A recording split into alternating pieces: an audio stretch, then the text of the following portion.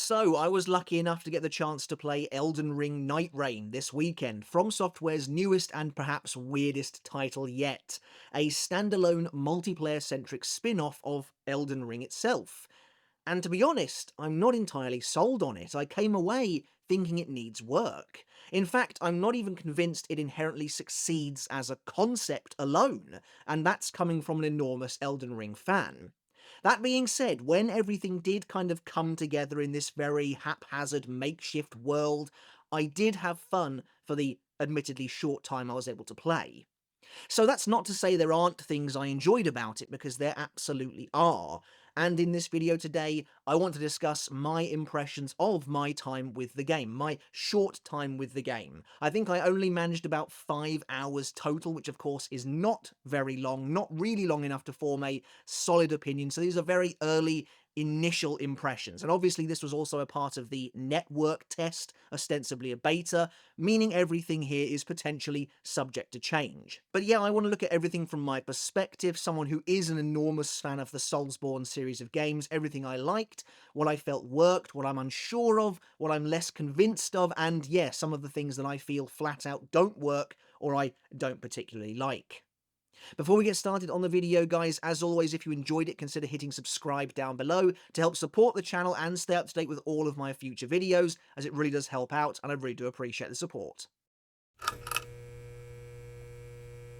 Before we get started, how much of the game did I actually play? Like I said, I managed about 5 hours in total. This being a network test means they annoyingly split it into sessions, spread out across different times, and at least a couple of those sessions were at atrociously unsociable times for me. Not only that, but the very first session I took part in, I think the actual first session itself, at least on PS5, the servers just didn't work at all, though they did introduce a new session to make up for it. I had the chance to try all 4 of the character classes on offer in the beta: Wilder, Guardian, Duchess, and Recluse, and of the 4 I spent the most time with Wilder and Duchess. Ultimately, magic isn't how I play these games, it never has been, so Recluse was always going to be the least interesting to me. I don't know if it's because I was baptized by Bloodborne or what, but my preferred way to play Souls is up close and personal, dancing with death, and attempting to dodge and hack in a game of reflexes, and that was reflected in my choice of character class. And I have to add on as well that I think Duchess was, at least from what I saw, by far the most popular choice. But let's move on to my overall thoughts of the game, and I guess then first and foremost the question of what is Elden Ring Nightreign? This is a weird departure for a studio that, when it comes to their most famous and beloved franchise, are really known for adhering to a set, specific formula that only deviates slightly, incrementally, from title to title. But this time, FromSoftware are really taking that formula and transforming it in a real impactful way, and are perhaps attempting to force it to fit into a mould that it wasn't made for. And the game's cobbled together nature is surprisingly evident throughout. Elden Ring Nightreign is a peculiar mix of genres. It's a multiplayer-focused, class-based PvE game for 1 or 3, not 2, players, traversing a large map, killing enemies, growing stronger, before eventually facing off against a massive boss, ideally as a team, and then doing it again, hopefully surviving until the end of the 3rd day. Nightreign has elements of games like Monster Hunter, of roguelike titles, and even of battle royale games like Fortnite, certainly not the kinds of games you would necessarily conflate with Soulsborne, and yet perhaps the most straightforward way of describing it is to simply say that it's a massively condensed and streamlined version of the Elden Ring experience itself. You dive into this map, hanging from your spectral hawk, and then play out a rapid, fast-paced version of essentially the Elden Ring formula before returning to the lobby and then attempting it again, having powered yourself up. Frustratingly, I wasn't able to get any footage of my time with the game to show you, which I really wanted to do. I was playing on PS5 Pro, and the ability to record footage on the console was totally blocked here. I couldn't even take screenshots, which was annoying, but there you go. I'll have to use trailer B-roll instead. You'll just have to take my word for it when I tell you that this feels completely different to anything I've ever played from FromSoftware before.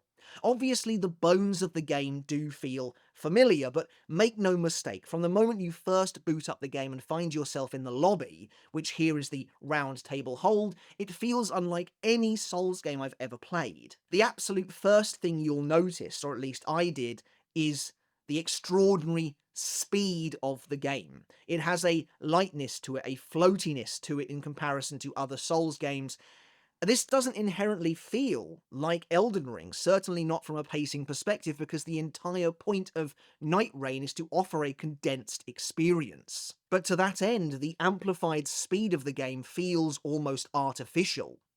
The sprint found here is akin to the jump in Elden Ring, in my opinion, in terms of the magnitude of change it introduces into the base gameplay on offer. I mean, it is crazy. At the push of a button, I was running so fast that my immediate instinct was to run headfirst into the chairs around the round table, and lo and behold, my character just charged through them all like an unstoppable rhino or something, obliterating the wood with her head, which did look particularly funny as the Duchess. And this pace shapes the entire game. Nothing in this game is designed to slow you down or hamper your movement from the perspective of the world itself. And what I mean is that this is the most free-form traversal a Souls game has ever had, to an almost ludicrous degree, if this can even be considered a Souls game at all. Fall damage is totally non-existent. You can leap from the tallest bridge into the deepest gorge and suffer no consequences.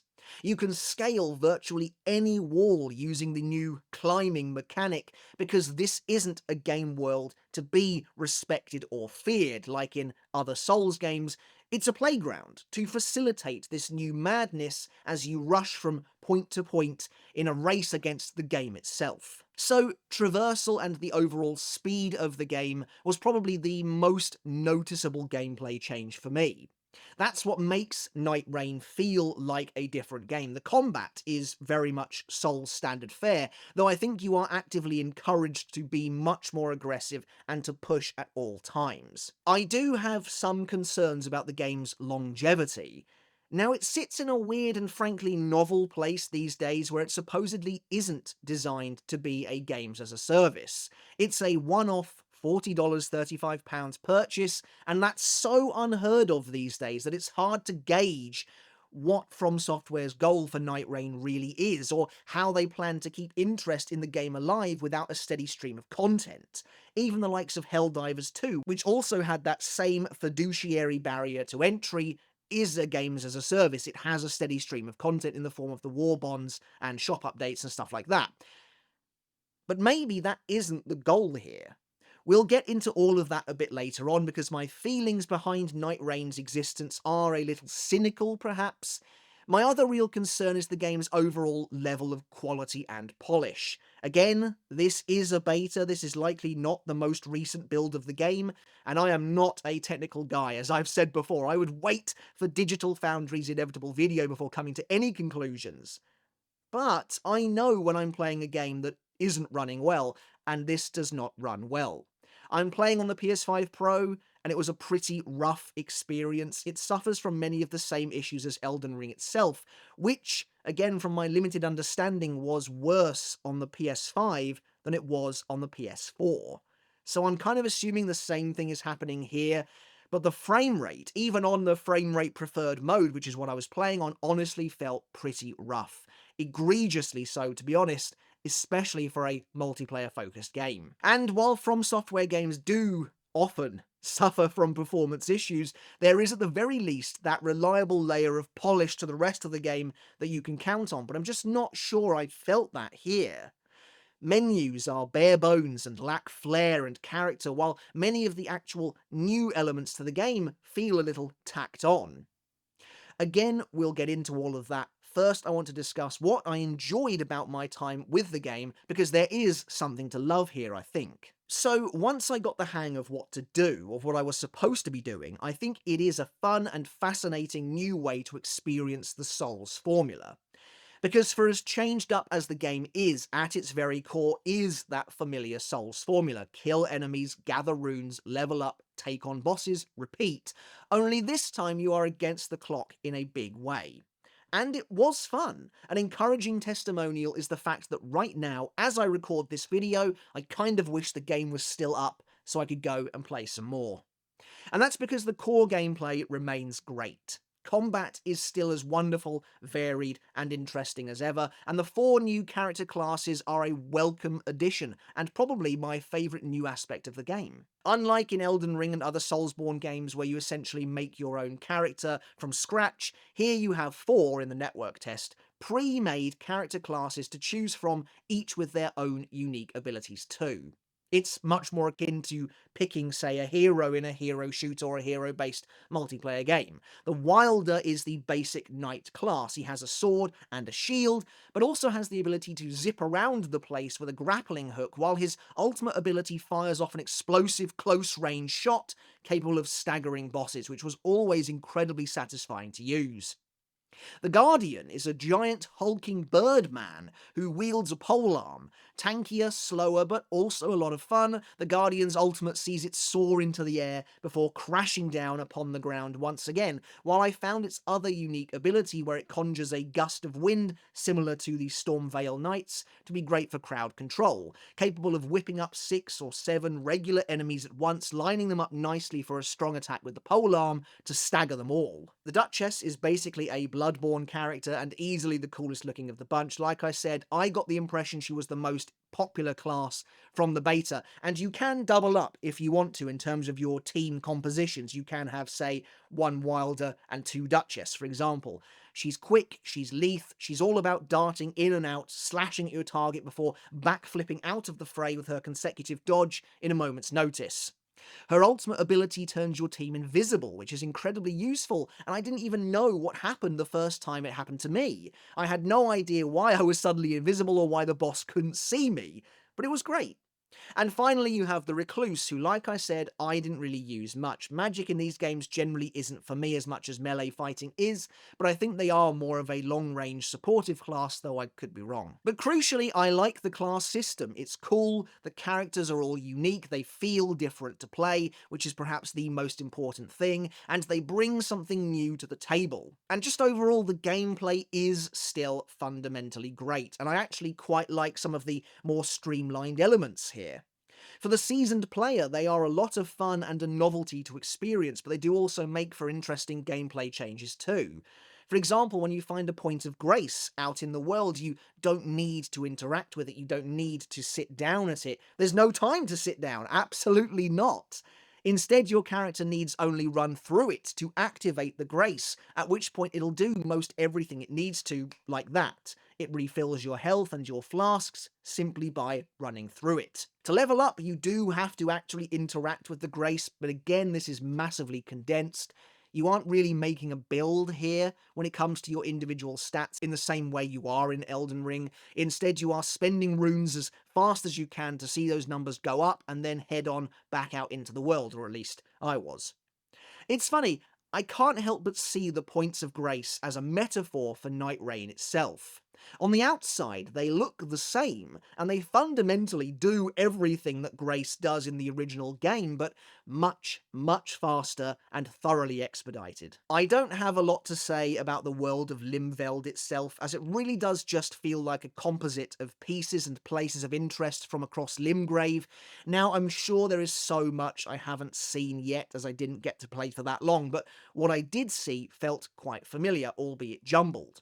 You still have the Sorcerer's Rises, you still have the Giant Lake, very similar if not outright identical to the one you fight Agil in, you still have castles and military camps and the like, and due to the speed of the game, you don't really get a chance to take it all in, but it is interesting in its own way too. It's not really there to be admired, it is functional over anything else, I think. But fundamentally, when it comes to actually exploring the world, I like that it does feel threatening, and I like how the bosses work. Encountering roaming bosses is fun and exciting at least the first couple of times, and does lead to some crazy moments. For example, in one of my runs, we were fighting the Lake Dragon, which for all intents and purposes basically is Agil, but with a new name, Flying Dragon of the Hills or something like that. Anyway, it's the same old dragon you fought a million times before in Elden Ring. But then an ominous voice came over the winds, and out of nowhere, freaking Morgott called Fell Omen in this invaded us in the middle of the fight. And this was a genuinely exciting moment because it was so completely unexpected. It was crazy because we decided to try and kite Morgott away from the dragon, figuring Morgott was the more important and should be taken down, but the dragon kept up the chase. And as we were fighting the Fell Omen, we'd occasionally have to avoid these streams of flame from afar, and I definitely got caught up in these attacks on more than one occasion. It was hectic, but it was thrilling. Another such story as well is that myself and the Duchess at one point, we found ourselves face to face with a Crucible Knight boss, and I knew immediately this was going to be a pain in the arse, probably because the Crucible Knights are quite difficult to face off against, especially up close and personal, and both of us did get killed. However, we whittled his health down to quite a low amount.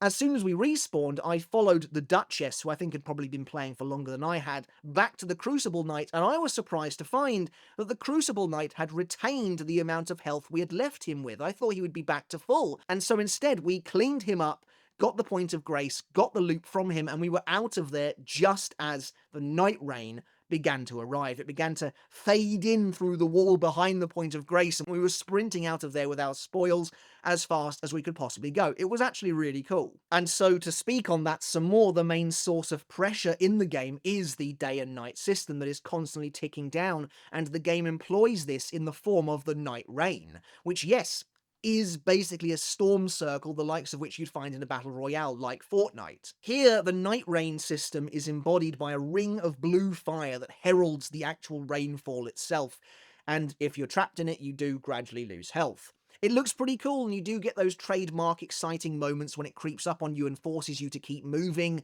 or maybe you calculate diving briefly back into the rainfall to rescue someone or collect something you missed. It's a pretty standard Storm Circle affair. I'm still struggling to actually adjusting to seeing it in the world of Elden Ring itself, but it does leave you with very little downtime as well. So that's a lot of what I liked about the game, but let's segue into what I'm less sure about, what I'm not yet sold on, because there is a fair bit to talk about here, and we'll start with that concept of downtime.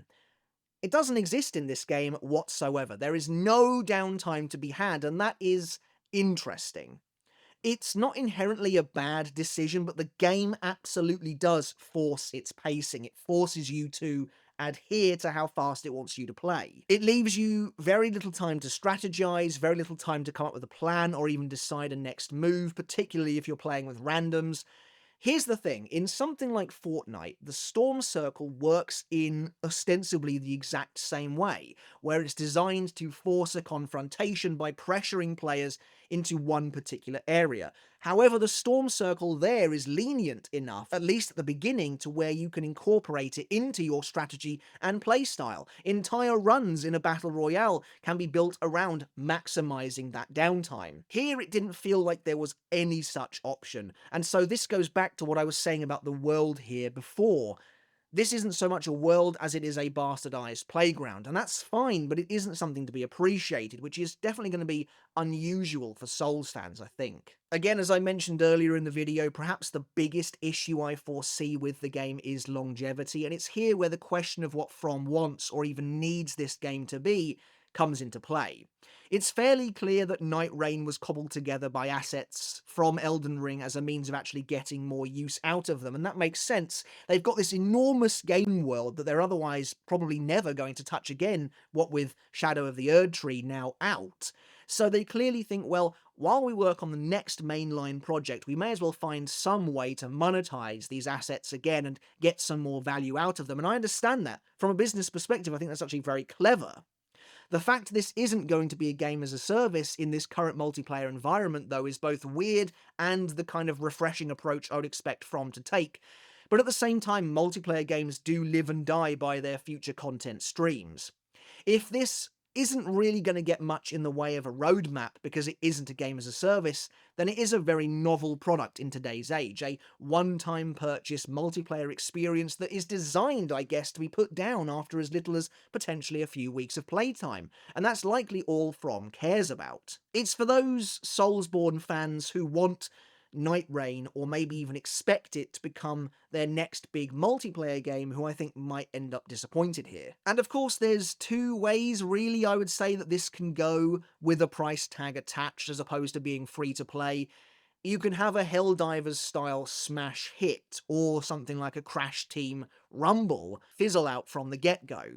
And no, I'm not even entertaining a Concord style disaster, as I just don't think that's possible with an IP like Elden Ring with this much weight and goodwill behind it. And again, even here, Nightreign is potentially going to be a very different prospect to the likes of Helldivers and Crash Team Rumble because it doesn't have any kind of a future laid out before it, as that's not what it's designed to do. But if From just needs Nightreign to make a quick buck from their otherwise going unused assets while they work on a new main project, then I think that's fine as long as we're all on the same page going in.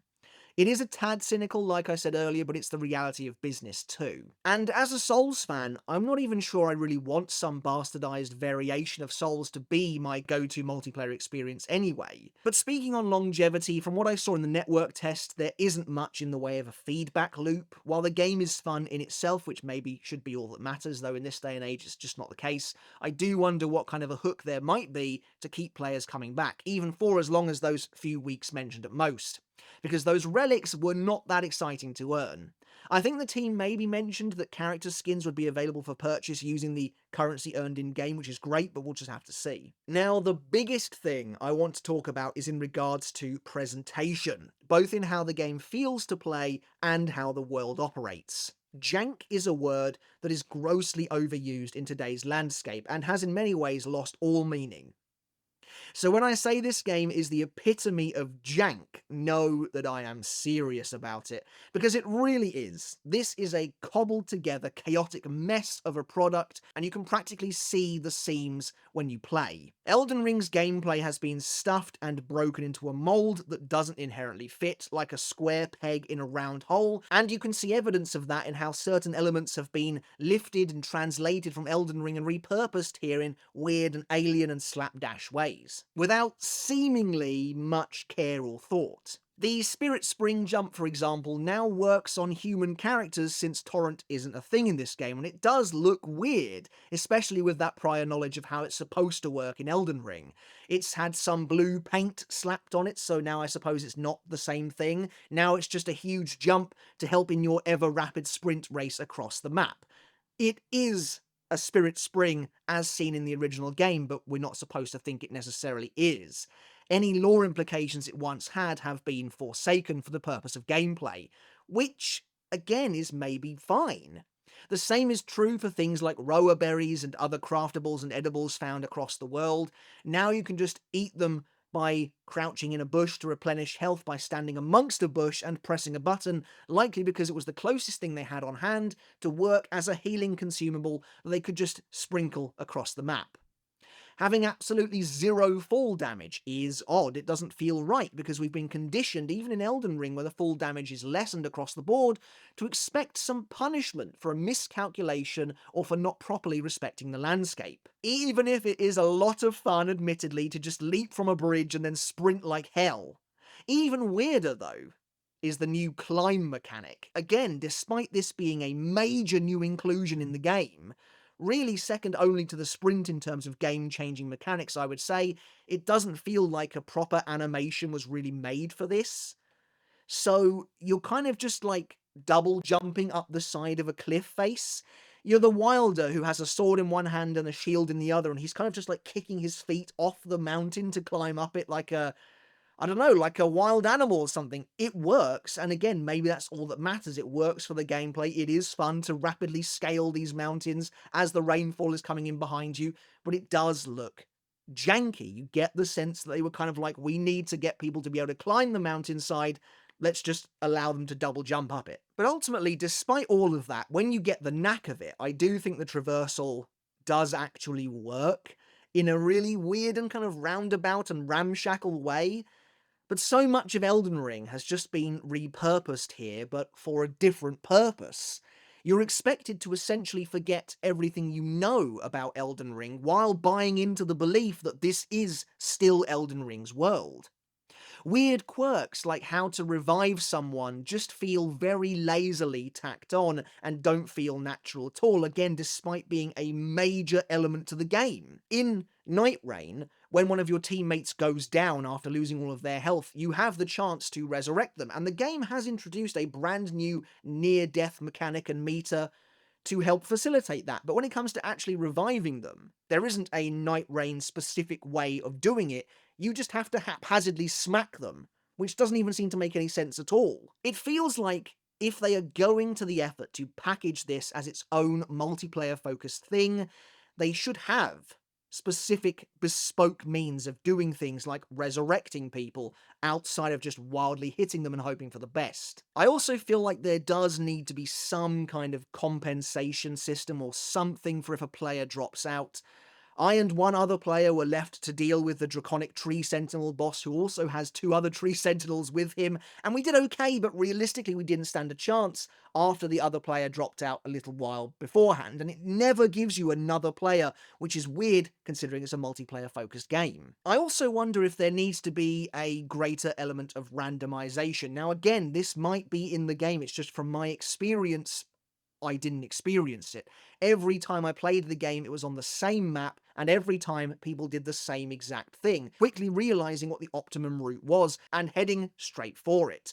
At least when I played, we would almost always land immediately at the camp full of the fire priests, then head on underground to immediately take out the fire prelate boss, who was pretty easy and gave you very early access to a point of grace and some decent gear. It's interesting to think that the game is incorporating some roguelike elements, this idea of going into the world, fighting enemies and bosses, dying but powering yourself up and trying it all over again, but minus, seemingly anyway, the procedural element that helps to change things up. If the maps don't change, then it does kind of feel like it is very quickly going to devolve into everyone just taking the optimum route and maximizing the best way to play. And I think that potentially will risk trivializing the game in the long run. But again, I want to emphasize I was only able to play for about 5 hours. I could have easily just not seen some of what I'm talking about here. Elden Ring's gameplay has kind of been stretched out and broken to fit this new mold, rather than the mold itself being made for it. It definitely does kind of feel like they've taken Elden Ring's gameplay, they've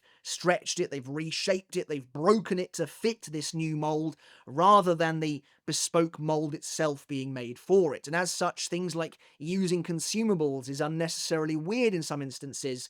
Eventually I got to the point where I was just using my hotkey items by pressing up on the D-pad, but I'm not entirely sure that was what I was supposed to be doing, as I'm sure I was meant to be holding triangle and then pressing something to activate them, but eventually it just seemed to start working like that, and that felt like the easiest way of doing things. So again, there's a lot of the systems and mechanics of Elden Ring were not made for something like this, but they are being applied anyway. So then, we've been talking for a while now, I've been rambling, I apologise. To get to my final thoughts then, the first thing I want to talk about is I do wonder, who is this for? That's the main question that kind of comes to mind after having played the game for a few hours. It is fun when it all comes together, but I really don't think this is what the average Souls fan wants from this series. Most of us, I think, are going to be there anyway out of sheer morbid curiosity to give this thing a try to see what it is actually like, but it feels more like a proof of concept than anything else. A cobbled together proof of concept, an idea in the works that maybe will lead to something more bespoke and built from the ground up later on. I do think there is an idea as well permeating throughout the community that many of these Souls games are seen as somewhat sacred, and that for FromSoftware to take loads of what made Elden Ring such a masterpiece and slap it onto whatever Nightreign really is, push it out the door to maybe make a quick buck in the cynical view of things, and it maybe not be received so well, is going to hurt how people see Elden Ring. Now, I don't necessarily buy into that, but I can definitely see that being a concern rippling through the community. And that, again, might turn people off it, people who are already apprehensive about what this game is going to be and how it's going to do. I'm also not sure how I feel about FromSoftware's trademark weird multiplayer restrictions being present in a multiplayer game. Only 1 or 3 players, though I don't think a solo option was actually technically available in the network test, not that I saw anyway. And there is also a password system, and there is a lack of communication here as well. Now, I didn't find the lack of communication too bad, to be honest. I think we fared okay without it. I was playing with randoms the entire time, and the ping system seemed decently robust enough to me, but you can imagine that people who, again, are going into this wanting a more conventional multiplayer experience, maybe with an Elden Ring dressing, are not going to get what they want out of this. It does kind of feel like it doesn't necessarily know what it wants to be, and that's, again, where this feeling that it's a proof of concept really comes in. It kind of feels like, again, while they're working crucially on their other mainline project, they were kind of like, why don't you attempt this? We've got a bunch of assets just lying around, no one's doing anything with them. Why don't you try and see if this can work? And hey, if it does, maybe our games have a bright future going down this avenue as well. If Nightreign doesn't work, if it doesn't take off, if it's poorly received, then perhaps we won't ever see anything like this again from the studio. I'm perfectly fine with them experimenting, and I am interested to see the full game when it comes out on May the 30th. I'll be picking it up for sure, so maybe I am the target audience, just somebody who loves and wants more Souls. But I'm very, very keen to see how this game actually fares and what the wider community thinks of it when it finally launches. But right now, there is no denying that yes, this is a weird composite of Elden Ring and previous Souls games. I fought the Centipede Demon at one point, which is just so weird, but also kind of cool. Like, I don't really hate that necessarily, but it is slapped together and then broken into place to fit this weird mold. It is fun in a really chaotic kind of way, which again is weird because I feel like that's the antithesis of the Souls formula in a sense. And again, what Souls fan really wants this from the franchise? I'm up for having a look, absolutely up for giving it a try. I'm not completely sold on Elden Ring Nightreign yet, as I'm sure you can tell from this video. There are things to like about it, there are things I enjoyed about it with my very brief time in the network test. I'm grateful to have been able to give it a try. It is a very, very weird and unusual and frankly experimental game from one of the industry's most decorated and venerated developers. If anyone can pull it off, maybe they can. Alright guys, but that's it for my impressions of Elden Ring Nightreign, the newest and definitely weirdest of the Soulsborne games, if we can even really call it that. There's potential here for sure, and it's undeniably fascinating to see one of the industry's leading, most decorated developers trying something so brazenly outside of their wheelhouse, but that's what makes it interesting as well. After 5 hours with the game, which isn't very long, I had fun messing around in what essentially felt like a broken version of Elden Ring, where it felt as though the rules had been tossed out of the window. But I do wonder what the future holds for such a peculiar game. Will the staunchly steadfast and dedicated community of Soulsborne fans turn up, and more importantly, will they enjoy what they find? But that's it for the video, guys. Once again, thank you so very much for watching, and I hope you took something of value away from this today.